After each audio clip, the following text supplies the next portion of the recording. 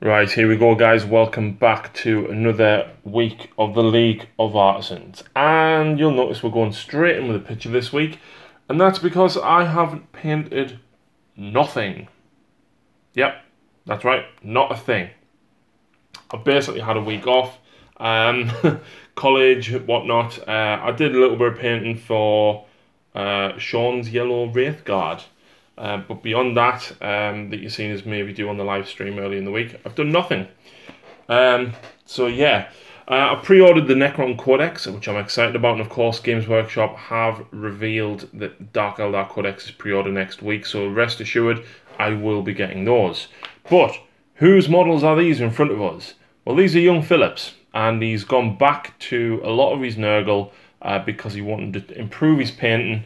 And of course he's had these two characters for a while, and he's painted them up, and he's put a lot of extra detail in over like the plague bearers and stuff that he's done before. The reds are brilliant. He's used a lot of purple washes and red washes, Carabao Crimson and stuff in there as well, and he's really improved his work tenfold with the Sloppy Bile Piper and I want to say the Spoil Pox Scrivener. Of course, he has also gone back and revisited the Glotkin, and the Glotkin now looks fantastic. He's added the two guys on top, now that he's got some great unclean ones, and of course he's added a lot of the red raw flesh, blood, and mucus and everything as well. So really nice job, Phil. Keep up the good work, man. And we'll hopefully get Phil's Nurgle back very soon with this guy. So Phil's taken the time to pick out all of the spots and the boils and everything as well. And of course this is a work in progress, but Phil likes to build up layers and layers and layers of washes over the top of his colours, and it works really well. So really nice job there, Phil. So moving into what the other guys are getting painted this week. First of all, I want to say a massive congratulations to Bazza from Underdog Painting on the birth of his new son. So congratulations, Bazza.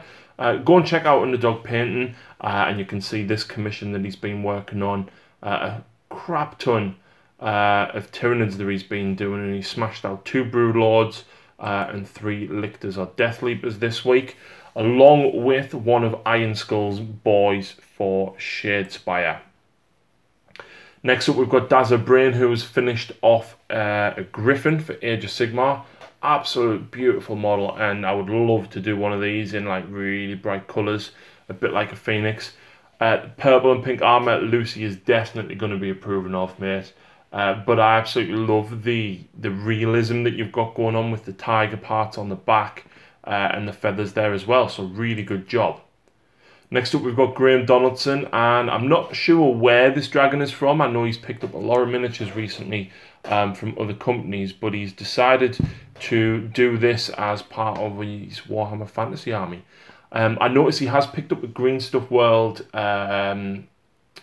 roller as well, and he's been doing a lot of Green Stuff bases, and this is no different. I presume he's going to be doing water along the front there, but I can't wait to see what Graham does with this and the bright colours that he adds onto it. Next up though, we've got Graham Wilson and his Orc conversions. I think he said this was a big Scorcher or a Scorcher track. I don't remember exactly, and it looks like it's basically a Chimera that's being pushed forward, and the tracks have been pushed back, and of course it's got the big Scorcher on the top and a Dozer blade on the front. What is not to love about this? So some really good conversions that you've been doing, Graham, and I look forward to seeing more. Next up, we've got James McHugh from 3 Pointed Circle, and this is what he's been working on. I don't know what it is. I presume it looks like it's either the turret of a Forge World Predator, or it's one of the big giant ones off the top of it. Is it a Felglaive, I think? But either way, you can see here the detail that James puts into his weathering. I mean, if you look at the golds, there's dark browns and reds in there with a bit of purple. You've got the brassy copper colours, you've got the goldy colours, you've even got the silver chipping and highlights and everything. And of course, you've got equal detail on the silver. You know, the brush strokes that he's got going across sideways on the bottom right hand side there. Phenomenal work, James. If you like grime, dirt and weathering, go and check out Three Pointed Circle. Next up, we've got James Warwick Snow and another addition to his Eldar force that he's been building up for some time, an Eldar Autarch. Correct us if I'm wrong, James, but I think this was one of the made-to-order metal ones that they did a short run of with the Bone Singer. Really liking the, I want to say, Latok colours. I think that's what it is. And I love the way that you always take photos with a shadow in the background, the way it is. So really good work there, man. Next up, we've got Jay Warchild working on some... I believe it was Emperor's Children. I'm really sorry, I don't remember what was in the comment. But either way, these are really, really nice. I'm really liking them a lot. The pinks really, really pop against the black. And I can't wait to see what more you do with these. But these are looking really, really nice.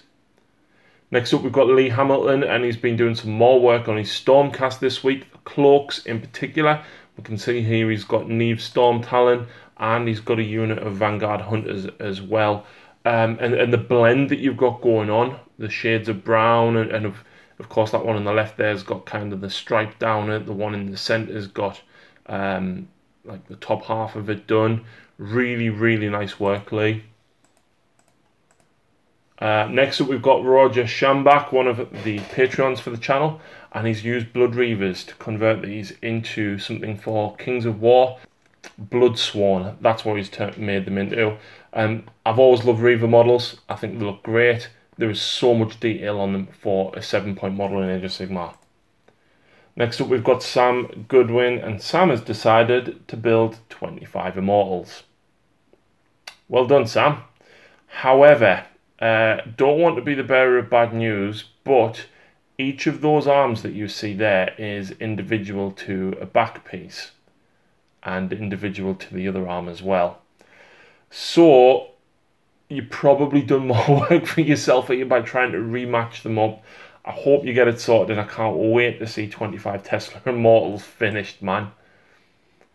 Next up, we've got Scott Longworth, and he's been working on his Death Guard. We've got Mortarion, and we've got a lot of Contagion here as well. I've always liked the dirty colours of the Death Guard, and you really make it stand out with this purple as opposed to like Emperor's Children pink, I think, that a lot of people tend to use.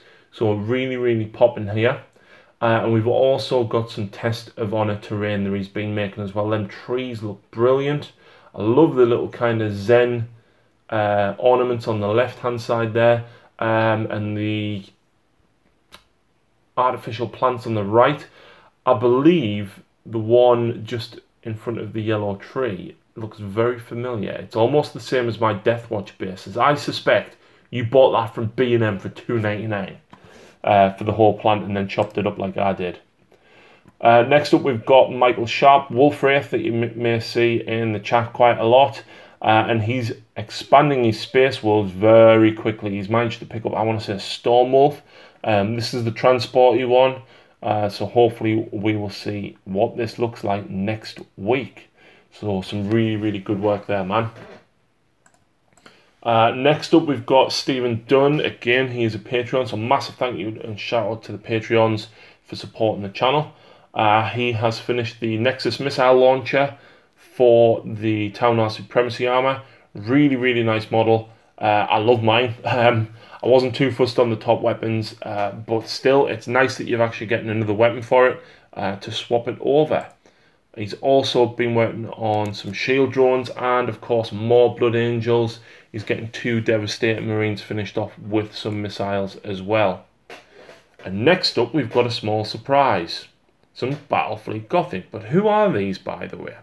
Well, these are Tom Dagg, if you remember who he is. I can't even remember what he looks like. It's been so long since I've seen Tom. Tom, come back. We miss you. But yeah, Tom's expanding. He sold off his Grey Knights, unfortunately. And he's decided to pick up Battlefleet Gothic. And this is what he's been working on. So it's nice to see that he's actually been painting something. Next up, we have Will Galloway. And we have Tony the Stomper, made from all sorts of begubbins with a Land Raider chucked on the bottom for good measure. Will, this is bloody brilliant, mate. where you've gotten the inspiration from this, I have no clue. I know Tony sent you a lot of bits, so shout out to Tony for sending the bits. Tony was in the Tower Apocalypse game that you saw the other week.